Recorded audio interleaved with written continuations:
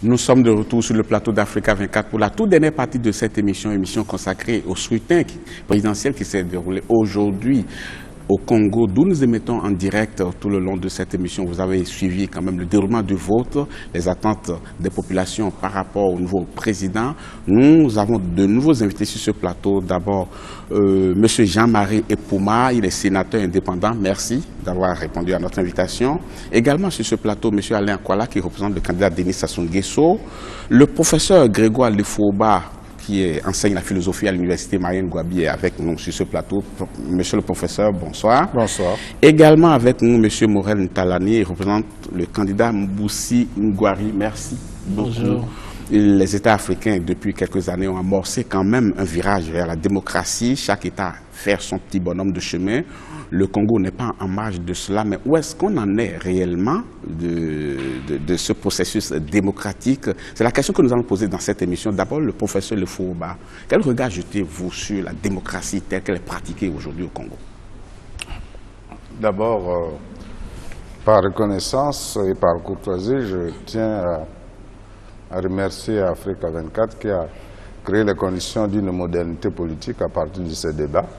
Pendant au moins 2 semaines, nous avons eu des échanges ici. C'est assez révélateur de ce que nous sommes dans une période critique à partir de la négation de la période organique qui est celle de la pensée unique, du but commun. Donc nous sommes dans la période critique qui met en lumière les contradictions. Ceci étant, puisque la première module, c'était pour parler des enjeux de l'élection, la démocratie au Congo. Moi, je crois que c'est un indicateur assez intéressant de ce que vous avez fait, mais je regrette que notre télévision nationale n'ait pas eu les mêmes moyens ou bien le temps de faire ce que vous avez fait. Peu importe, ce sera peut-être un moyen de réactualiser ce qu'ils peuvent faire.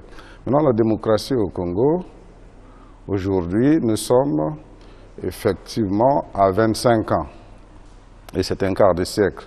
Et si les Africains, enfin les Congolais peuvent prendre cet instant pour s'asseoir et pour réfléchir à l'issue de ce scrutin, qu'est-ce que nous devrons faire pour la deuxième manche? Ce serait très bien parce que le fait de célébrer les indépendances en dansant ne suffit pas pour créer l'anticipation d'une nation. Et donc pour moi la démocratie, peu importe les écueils qu'il y a, est en bonne marche. Et cela ne suffit pas de dire que c'est en bonne marche pour dire que tout est parfait. De toute façon, si c'était parfait, on n'aurait pas les discussions qu'on a eues. Donc pour moi, pour dire simplement, sans être pessimiste, je pense que c'est une nouvelle modalité qui est arrivée dans notre pays. Et peu à peu, on est en train de rentrer dans une ère d'accepter la contradiction comme une partie de notre existence collective, dans l'échange, dans la manière de voir le sens critique des choses et de voir le devenir du pays. Monsieur Ntalani, il y a un certain nombre d'éléments quand même qui permettent d'apprécier la vitalité démocratique d'un État. On parle des institutions qui existent, de leur fonctionnement, de la séparation des pouvoirs. Est-ce que vous le sentez ici au Congo? Merci, Monsieur Botton. La démocratie, d'abord par définition, nous devons le faire ressortir que c'est le pouvoir du peuple, par le peuple, pour le peuple. Et je pense que notre démocratie, étant une démocratie jeune, est en train de suivre son petit bonhomme de chemin. Et en ce qui concerne de la séparation de pouvoir, je crois que cette séparation-là, elle est effective. Bien que c'est une démocratie qui est encore très jeune et balbutiante.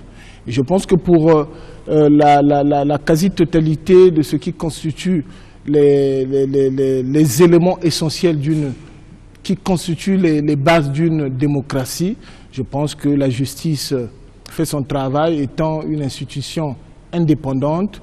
Et également de l'autre côté aussi, nous avons tout ce qui constitue les éléments de la démocratie qui sont là en train de s'exercer normalement. Voilà. Merci, ce que j'ai à dire. Monsieur Ntalani.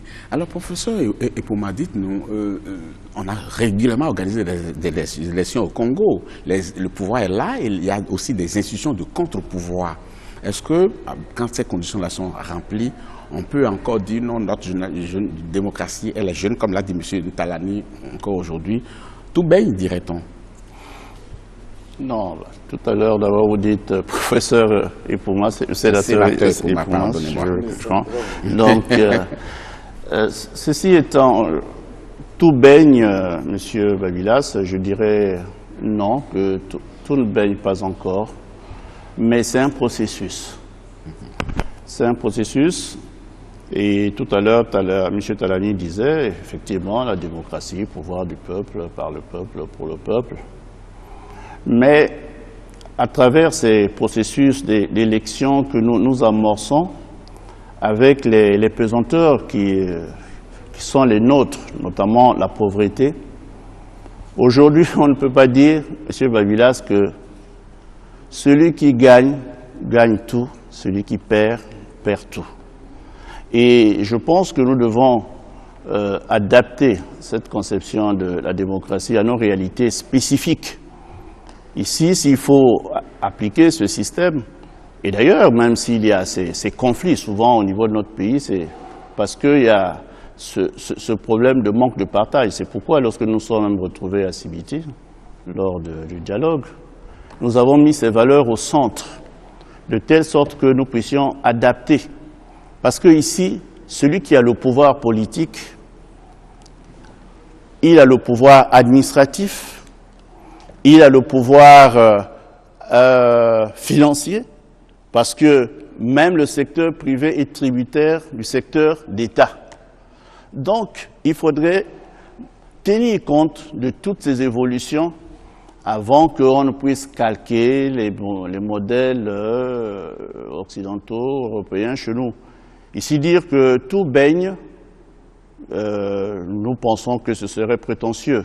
Mais ceci dit, nous pensons que nous sommes là sur la bonne voie. Surtout cette fois-ci, parce que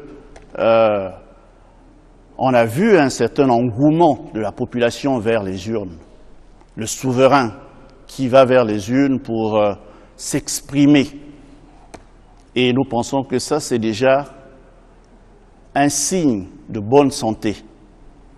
Et nous espérons que les organes qui sont là en place vont tenir compte du résultat qui va sortir des urnes, de telle sorte que toute cette ambiance anxiogène soit effacée.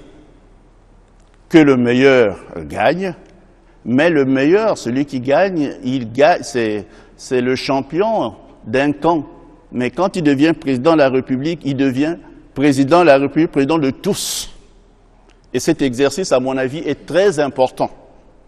Sinon, nous reviendrons toujours à la case départ avec tous ces conflits que nous voyons. Monsieur Akwala, ceux qui jettent un regard quand même critique sur la santé, la vivalité de la démocratie au Congo, n'hésitent pas à pointer un doigt accusateur sur l'exécutif, en disant, voilà, l'exécutif qui écrase tout le monde, parce qu'il est fort, un peu trop fort.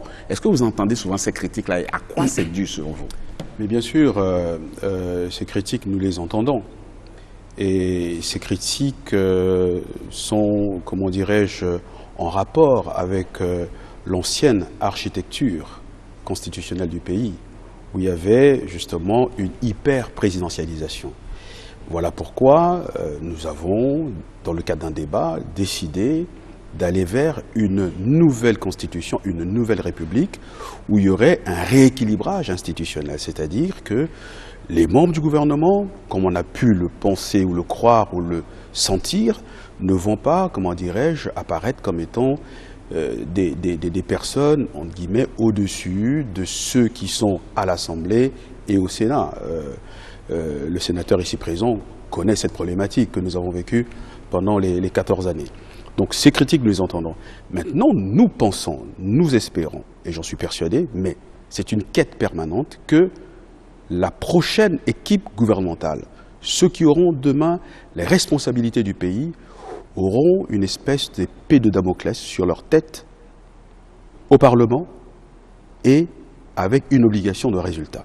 Maintenant, la démocratie dans son ensemble sur le continent africain, c'est vrai qu'elle fait son bonhomme de chemin, ici et là, mais il ne faut pas aussi que nous, les Africains, nous contentons simplement de faire des élections, de faire la démocratie, et que ça devienne, si vous voulez, l'élément de référence, où on juge, si vous voulez, la potabilité politique d'un pays. Mais nous devons faire la démocratie pour créer les conditions qu'il y ait une sorte de mystique du travail. Parce que je dois dire une chose, c'est que en Afrique, et je pense dans mon pays, eh bien, nous ne travaillons pas assez. Je prends un exemple. Je pense que nous sommes l'un des rares pays au monde à travailler une demi-journée. Donc, si nous voulons résoudre les problèmes de pauvreté, ce n'est pas à travers la démocratie, stricto sensu. Il faut que la démocratie permette la prise de responsabilité, assumer les responsabilités et également ses conséquences. Tout ceci jugé, apprécié, jugé par le peuple qui est le souverain primaire. Merci. Professeur Lefouroba, une chose est d'avoir les institutions et l'autre est d'assurer leur fonctionnement réel pour que l'on sente le pouvoir et le contre-pouvoir, pour que l'ensemble puisse donner une certaine harmonie. Mais est-ce que vous sentez que les dirigeants donnent l'exemple? Parce qu'on ne peut pas changer les hommes, c'est les hommes qui sont chargés d'alimenter, d'animer ces institutions. Vous avez répondu précisément à la question que vous m'avez posée. Je pense que les institutions, il y a le ministre Akwara qui a essayé de le dire, ça ne suffit pas parce que les institutions valent ce que valent les hommes. Vous savez, même quand on veut parler des institutions, de la place des hommes, mais est-ce que réellement notre démocratie répond aux standards d'une démocratie normale? Je dis non parce que, précisément, on n'a pas d'idée. J'ai écouté le premier débat de ce soir. Mais quelques candidats, on peut dire ce qu'ils pensent de la société. Vous avez une élection où vous avez au moins 7 sociodémocrates. Ça veut dire qu'il n'y a pas la prégnance d'idées sur notre démocratie. Ça, c'est une épine dans nos pieds. Parce qu'une démocratie qui est dépourvue d'idées va vous donner, servir ce que nous avons vu. En fait, on ne vote pas des programmes, on va voter des hommes charismatiques, c'est très bien, mais ce que les collègues ont dit, on parle de réalité, je crois que c'est le moment de faire qu'après 25 ans, qu'on s'asseye, en dehors des turbulences politiques, pour réfléchir sur notre avenir. Quand on parle de réalité spécifique, c'est vrai, mais les réalités, personne ne nous empêche d'inscrire dans notre Constitution ce qui est propre à nous. Maintenant, parlons des institutions. Tout le débat est là depuis le XVIIIe siècle, parce que la Constitution, c'est la synthèse des mœurs d'un pays. Aucun autre pays ne peut venir ici pour vous dicter ce que vous devrez faire. Mais c'est vrai qu'il y a des standards qui sont reconnus pour que nous n'ayons pas une démocratie tropicalisée. Ceci étant, ce que vous dites, moi je crois que les Congolais devraient faire un peu attention. Parce que si ce quart de siècle n'est pas adapté à la volonté, parce que notre cerveau contient deux moments. Le moment de la conscience et la volonté qui en découle. Quelle est la conscience que nous avons de la démocratie? Quelle est la volonté que nous y donnons? On a fait une constitution, moi je suis d'accord avec eux, parce que la constitution de 2002 avait quelques éléments qui retardaient l'évolution, même intellectuelle d'un pays. On ne peut pas dire qu'à 70 ans, on n'est plus capable d'être président. Quand vous avez un médecin qui a 70 ans, si vous opérez, vous ne serez pas mécontent. Donc je crois que parler des institutions globalement, je trouve que c'est un épiphénomène. C'est-à-dire que le tout dépend de ce que le collègue a dit tout à l'heure, des hommes qui sont chargés de les animer. Il faut qu'il y ait une grande pédagogie pour savoir ce que l'on veut. Et à partir de ce moment, tous les débats que nous avons seront accessoires. Parce qu'on ne sait pas réellement. On ne sait pas réellement. Quelqu'un parlait du tribalisme dans au cours du premier groupe. Moi, je pense qu'il n'a pas tort. Parce qu'une organisation politique est quand même une entreprise qui a besoin d'une clientèle. Mais si, à la place de l'idée, vous vendez ce qui est physique, donc organique, qu'on appelle l'ethnie, ben vous surfez là-dessus, pourvu, et c'est ça la chance que nous avons dans notre pays, nous n'avons aucune ethnie stricto sensu qui a 51% de la population. Donc on serait obligé de faire comme le sénateur a dit, composer, faire des alliances, mais il faut qu'elles soient, ces alliances, sur la base des idées. Il y a un Dieu qui a proposé des regroupements autour des panels qui sont constitués sur le dialogue. C'est peut-être une piste qu'il faut suivre. Mais pourvu que les sociodémocrates, si c'est réellement ils le sont, ils ne se combattent pas, comme je l'ai vu tout à l'heure, au cours de cette élection. Il y a au moins 5 sociodémocrates déclarés, mais qui ne voient pas les points de convergence entre leur programme. Mais ils combattent pourquoi? Quel est le but qu'ils veulent atteindre pour la société congolaise? Cette élection a manqué précisément cela, parce qu'on ne sait pas les valeurs que beaucoup de candidats ont défendues. Sauf le Merci, M. Akwala. Mais, M. Sénateur Epoma, certaines personnes estiment que quand on parle de démocratie, d'élection, il y a une troisième partie qui vient automatiquement, c'est la gouvernance, la bonne gouvernance. Et beaucoup souhaitent une démocratie qui génère des ressources plutôt qu'une démocratie qui fabrique des privilégiés. Certains disent même, d'autres disent même que autant faire une dictature du développement plutôt que de faire une démocratie qui génère la pauvreté. Oui. C'est vrai que c'est assez complexe. C'est très complexe, c'est-à-dire que si je parle de ce que le professeur Lefoba vient de dire sur ces problèmes des groupements politiques qui se retrouvent, les sociodémocrates et tout, et moi j'en ai discuté même avec le chef de l'État, je lui ai dit l'expérience des partis politiques, moi m'a déçu. Parce que vous avez des sociodémocrates qui sont au pouvoir, d'autres sociodémocrates qui sont à l'opposition. Ce qui devait opposer, en fait, même les partis politiques. L'idéologie. Exactement. Alors, et ces divergences font que, finalement, on tend facilement vers maintenant des débats d'individus. Et d'autres débats, d'ailleurs, qui ne profitent pas du tout Mais est-ce que vous savez que certains regrettent quand même le monopartisme? Il arrive. Les gens disent on aurait pu rester dans le monopartisme, les gens sont plus carrés, plus droits. Mais oui, mais tout à fait, parce que moi j'ai fait même allusion, parlant du parti du ministre Akwala, je lui dis, mais sous le monopartisme, le PCT, ben, écoutez, il y avait ce qu'on appelait la commission contrôle et évaluation.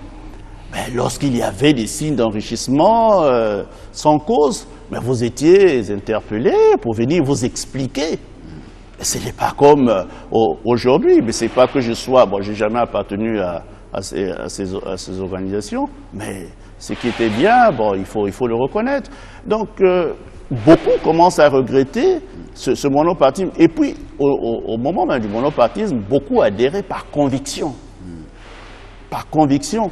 C'était, bon, c'était le marxisme, mais beaucoup y croyaient, ils y allaient. Mais aujourd'hui, il y a beaucoup d'opportunisme. Mais, oui, je voulais quand même intervenir sur cette notion de la démocratie. Moi, je crois que c'est un problème pour le Congo. Un problème tout simplement parce que nous n'avons pas encore compris la notion de la démocratie. Nous parlons de la démocratie, mais on ne peut pas parler de la démocratie sans démocrate. Et être démocrate obéit à certains critères. Et ces critères, il y a la tolérance, il y a le respect du droit, il y a également le respect du nombre. Lorsque le grand nombre décline sur une proposition, la minorité doit s'incliner sans perdre son âme, sans perdre ses valeurs. Voilà les notions de la démocratie. Or, chez nous au Congo, les gens n'acceptent jamais, même lorsqu'ils ont perdu. Et ça, c'est un réel problème. Aussi longtemps qu'on ne va pas intérioriser, on ne va pas prendre en ligne de compte les notions qui régissent réellement les valeurs de la démocratie, il sera pour nous difficile d'avancer. Monsieur Akwala, lorsque la démocratie génère une classe de privilégiés... S'il vous plaît, est-ce qu'on peut redresser un peu ce qu'il a dit? Je vous en prie. En 92, s'il vous plaît, certainement vous étiez jeune, si vous n'étiez pas né encore, le président actuel avait accepté sa défaite, pourtant il était chef de l'État. Donc quand vous le dites de cette manière, vous faites une négation absolue sur notre histoire récente. Certainement, il faut nuancer qu'à un certain moment, nous avons des phénomènes qui font que les gens n'acceptent pas réellement leur échec. Mais en 92, nous avons eu... C'était important de le dire, parce que... Oui, mais je voudrais compléter. Ça veut dire que tous ceux qui font la politique en réalité dans notre pays, quel est leur engagement?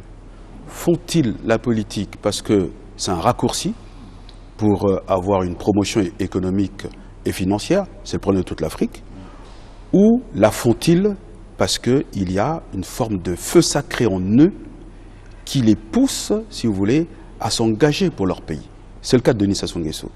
Maintenant, lorsque nous parlons de culture démocratique, il faut revenir aussi au fameux discours de la Baule, la rencontre de la Baule, comment nous rentrons dans le processus démocratique, comment on fait les conférences nationales.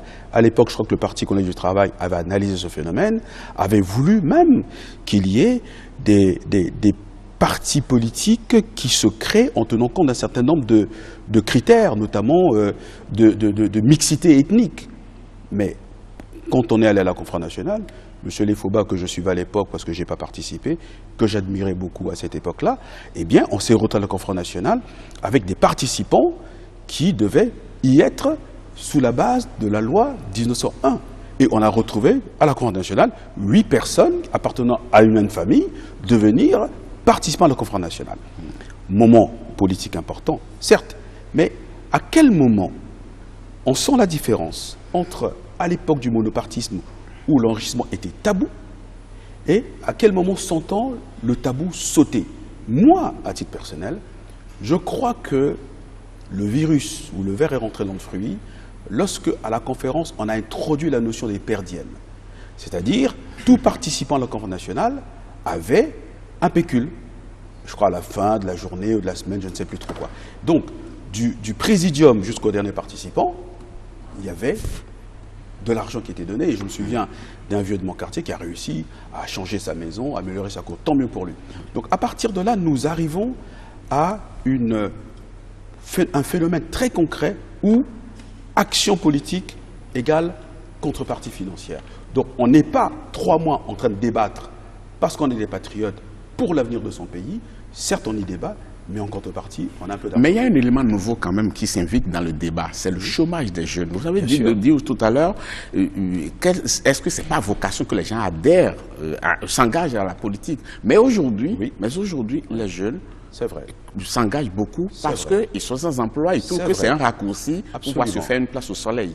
Mais dans ces conditions, surtout que quand on voit la nouvelle mouture de la Constitution qui permet aux jeunes de s'engager plus tôt, désormais, dans la politique. Très juste. Alors, je reviens sur la Constitution. Quand on dit qu'un jeune peut être à 18 ans député, en réalité, c'est une manière de répondre à une sorte d'attente de la jeunesse qui considère que, en politique, ils ne sont pas écoutés, donc pas concernés. On a l'impression que c'est une caste qui s'est retrouvée. Mais comment faire, comme à l'époque où nous avons été jeunes, à l'époque où nous avions une sorte de corpus idéologique dans le pays marxiste-léniniste, comment redonner le goût aux jeunes à la politique, à la chose politique, à s'intéresser à la vie politique de leur pays et éventuellement à s'engager. Mais pour qu'ils ne demeurent pas, justement, ces jeunes, en guillemets, désœuvrés et qui suivent un certain nombre de personnalités pour, en contrepartie, avoir de l'argent parce qu'ils estiment que le champ leur est barré. Donc je pense que c'est une espèce d'ouverture. Le chômage des jeunes, il intervient pour notre pays. Il faut quand même savoir que nous nous sommes retrouvés, je crois quand même de 97 jusqu'en 99 dans une situation d'instabilité totale, avec une destruction des infrastructures. Le minimum de base économique qu'on avait a été détruit. Donc quand vous avez un pays qui ne fonctionne pas pendant 10 ans, mais qui par contre, effectivement, il y a le pétrole qui est exporté, mais il n'est pas créateur, si vous voulez, d'une économie onshore. C'est une économie offshore. La preuve, il n'y a que 2000 personnes qui travaillent dans le pétrole. Tout à fait. Donc à partir de là, effectivement, il faut qu'au niveau de l'élite politique, du leadership national, qu'il y ait maintenant une réflexion sur la conception des programmes. et qu'on ne retrouve pas justement des candidats qui se réclament tous de la famille politique, on va dire, social-démocrate, mais j'ai des doutes, parce que on se connaît, on s'est pratiqué, certains au gouvernement. Donc, l'idéologie n'est pas la chose la plus importante aujourd'hui. Absolument, de toute façon. Et les populations aussi ne font plus attention aux projets de société. C'est le pragmatisme et les résultats. Merci. Voilà pourquoi j'ai parlé tout à l'heure d'une culture de la performance et qu'on remette dans le pays une mystique du travail comme d'autres pays ont fait pour s'en sortir et qui sont moins dotés que nous, moins lotis que nous en termes de richesse. Sénateur Epouma. Oui. Je suivais avec beaucoup d'attention le ministre tout à l'heure lorsqu'il abordait le problème du chômage des jeunes. C'est-à-dire qu'au-delà des turpitudes que nous avons connues 97-99, même bien avant, et il y a ce problème chez nous qui a été le problème de l'inadéquation formation-emploi. Parce que et tout ça, c'est quand même curieux pour nous qui avons connu un peu ce passé marxiste dans le pays, et donc champion de la planification. On devrait, en principe, voir, en fonction de la vision que nous avions du développement du pays, les filières qui se dessinaient, la formation devait se caler à ça, de telle sorte que de là ne sortent pas des chômeurs. Parce que, bon, on a bien vu que le mythe du diplôme s'est écrasé. Et d'ailleurs, même maintenant, nous devons nous atteler à ce problème parce que c'est une bombe sociale.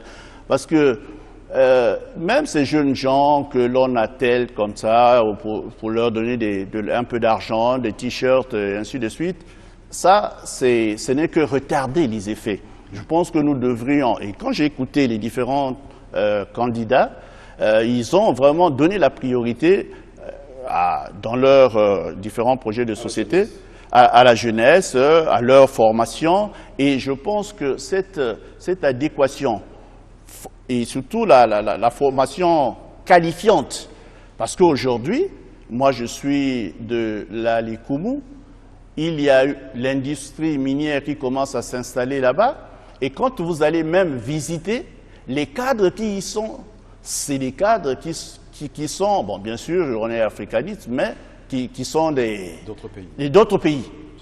Parce qu'on n'a pas ces profils-là chez nous. Et il est temps maintenant qu'au lieu que ça ne reste que dans les intentions ou dans le verbe, il faudrait que ça, ce soit une priorité. Et ça, ce n'est pas une affaire du Nord, du Sud, de l'Est, de l'Ouest, mais c'est une cause nationale. Nous parlons de démocratie. Je voudrais quand même qu'on consacre ces dernières minutes à un cas concret. On a voté aujourd'hui. Certains ont déploré le fait qu'il y a eu certaines restrictions. D'autres disent non, il le fallait. Et là se pose un vrai problème de démocratie. Lorsqu'il y a restriction, est-ce qu'il y a démocratie? Enfin, oui, mais il y a le ministre Akwara qui a... Je pense que c'est intéressant, sa démarche pour voir à quel moment... Parce qu'il y a 4 élections aujourd'hui. Oui, il y a qu'au Congo qu'il y a eu ces restrictions. Il y a le Bénin, il y a le le Sénégal, le Niger. Oui, et puis c'est dans les pays francophones. Bref, ce qu'il a dit, ça mérite une réflexion. Est-ce que le père Diem a détruit la socialisation politique dans notre pays? Ça, c'est un débat, une interrogation, il faut y réfléchir. Deuxièmement, le chômage des jeunes. Ce qui est à mettre à la créance de tous les candidats, c'est que tous les candidats ont précisément parlé de 2 problèmes, l'éducation et le chômage des jeunes. Je crois que c'est important. Tous les 9 ont parlé de cette question. Deuxièmement, je pense que en abordant la question de parti, vous savez très bien qu'en Afrique, tout le monde veut se socialiser et dans une association. Les jeunes qui viennent dans les partis, c'est pour avoir une couverture sociale. Quel est le rôle du chef de parti? Des jeunes partis que vous voyez, c'est des pourvoyeurs d'assurance sociale. Quand vous avez une situation d'ordonnance, vous courez vers les chefs de... Donc il y a une volonté d'être couvert par quelque chose. Donc, on peut dire que dans le cas d'espèce, le fonctionnement des partis aussi, où les militants devraient adhérer pour ne pas tenir un langage policé, civilisé, les partis politiques, après l'extension du parti unique. C'est pourquoi je vous ai dit qu'il y a eu 2 alternances depuis le 19e siècle. La première période, c'est la période organique, la période critique qui est la nôtre. Pourquoi? Parce qu'avec l'extinction du parti unique, que sont devenus les partis? Les partis sont devenus des comités d'élection qui s'excitent 3 mois avant l'élection. Donc on ne peut pas socialiser réellement le membre du parti. Il ne peut pas se distinguer d'un autre. Pourquoi il doit se battre contre celui qui a la même obédience? C'est possible qu'on choisisse tel parti à cause du chef. Vous avez parlé de privation.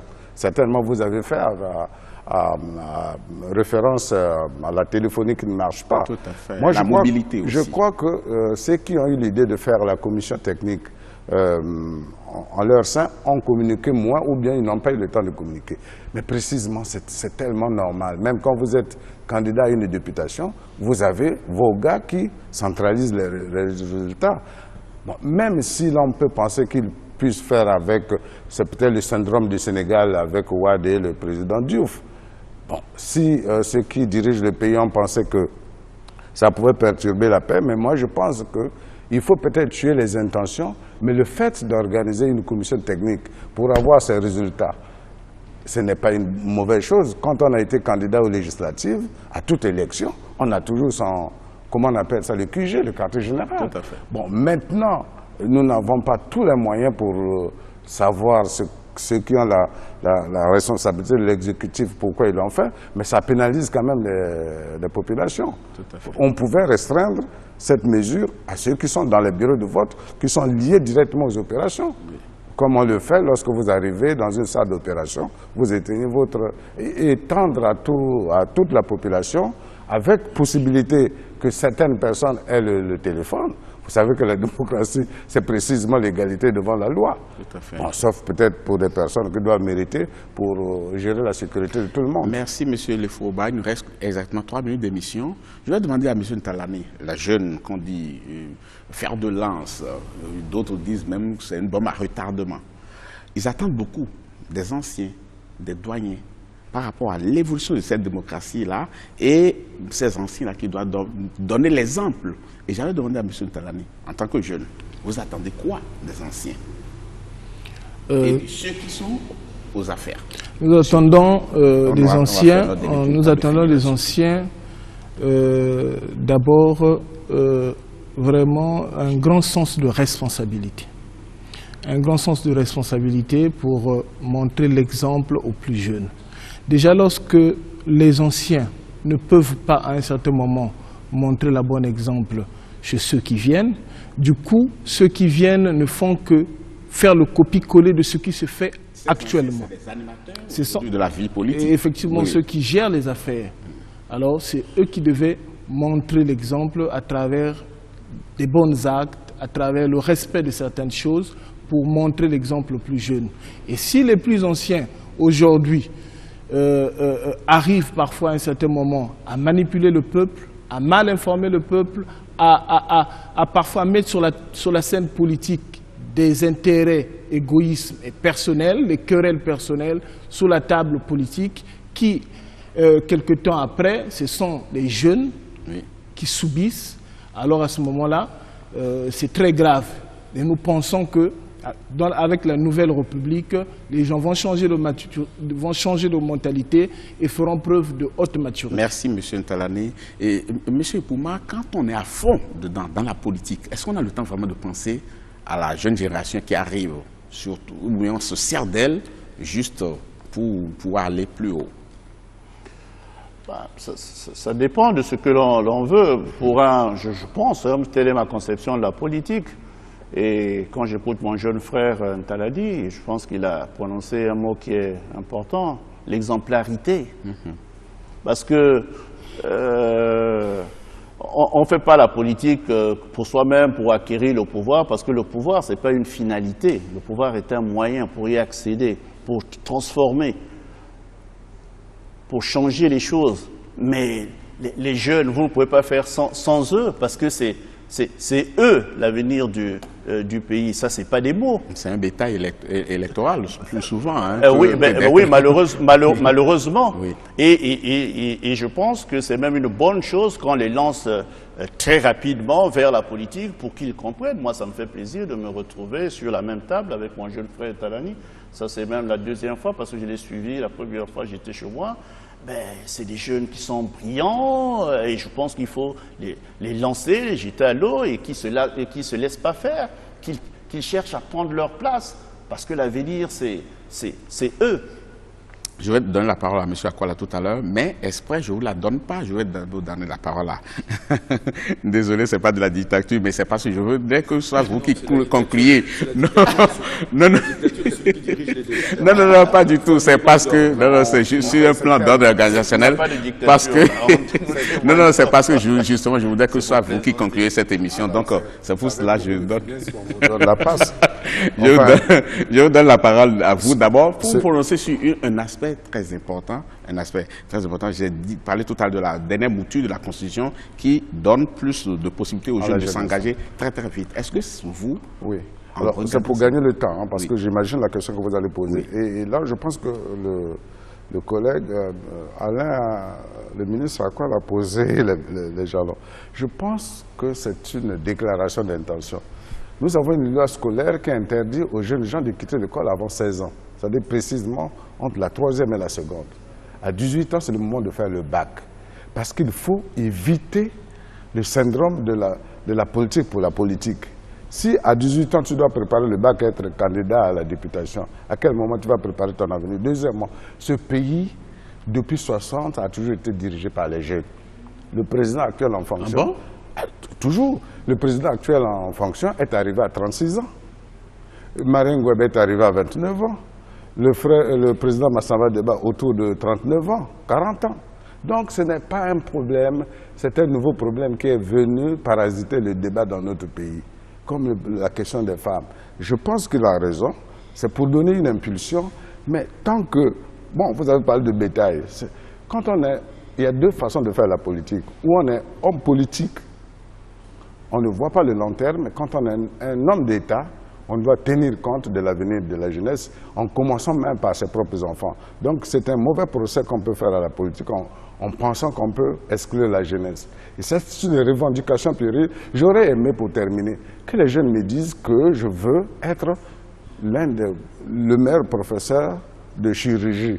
Alors, toute la revendication, c'est autour de la socialisation politique. Mais commencez par les syndicats à l'université avant d'être ministre ou président de la République. C'est un faux débat. Quand vous les entendez parler, moi je m'excuse. Pour moi, un pédagogue a fait beaucoup d'éloges à la jeune génération, mais quand certains parlent, mais tu as l'impression que... C'est peut-être parce que les jeunes considèrent comme modèle de réussite dans notre société ceux qui font la politique. La mobilité politique. Et je vais conclure avec M. Akwala. En quoi le candidat Denis Sassou Nguesso aurait pu être un modèle? S'il est un modèle, en quoi il l'est? Et s'il ne l'est pas encore, en quoi il pourrait l'être pour la jeunesse? Parce qu'on a parlé d'exemplarité, M. Ntalani. Vous savez, le président Sassou Nguesso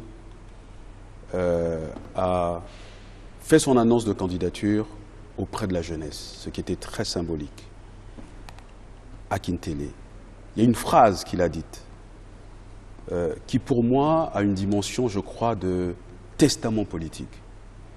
Il a dit aux jeunes: je suis fier d'appartenir à ce peuple qui, malgré les dictats, fait tout pour pouvoir avoir la maîtrise de son destin en main. Ça résume en fait tout l'engagement de Denis Sassou Nguesso. Et le dire face aux jeunes, pour moi, était très fort. Sa candidature, qui d'ailleurs était portée par les jeunes, et les jeunes sont au cœur justement de sa réflexion politique, au cœur de son projet politique, et c'est en cela que je pense qu'il est le meilleur pour diriger notre pays en 2016. Merci beaucoup M. Akwala, et merci également au sénateur Epoma, merci professeur Lefouba, merci M. Ntalani. Nous arrivons au thème de cette émission. Merci d'abord à vous d'avoir été là pour conclure cette série d'émissions et consacrée à cette élection au Congo, et c'est cela qui referme la série d'émissions consacrées à cette élection. Merci beaucoup à tous ceux qui ont rendu possible cette opération, cette large couverture. Je n'oublie personne, merci à ceux qui ont rendu possible cette opération, et merci également à l'équipe d'Africa 24 composée de plusieurs personnes, Mylène, David, Paul, Olivaris, Modeste, Daniel, Onel, Caroline, Jacques, Alain et Viviane. Et nous allons nous retrouver encore sous d'autres cieux. Et nous reviendrons au Congo ouvrir encore des opérations comme cela, donner la parole à tout le monde. Pour ceux qui ont souhaité venir sur ce plateau, qui n'en ont pas eu l'occasion pour des raisons de calendrier, parce que c'était la campagne électorale, les gens se déplaçaient beaucoup sur le terrain, nous en sommes désolés, mais ne partons pas en fermant nos téléphones, en fermant les contacts par lesquels on peut nous joindre. On continue la démocratie, comme on l'a dit, c'est une quête quotidienne. On aura l'occasion de se revoir et d'approfondir un certain nombre de débats que nous n'avons pas pu approfondir ici pour faute de temps. En tout cas, nous vous laissons en compagnie des programmes d'Africa 24. On restera très très soudés à l'évolution des choses, publier les résultats. Pendant ces 2 semaines, le Congo n'a jamais été aussi mis en haut sur Africa 24. Merci beaucoup à tous et on vous laisse en compagnie des programmes d'Africa 24 très très bientôt.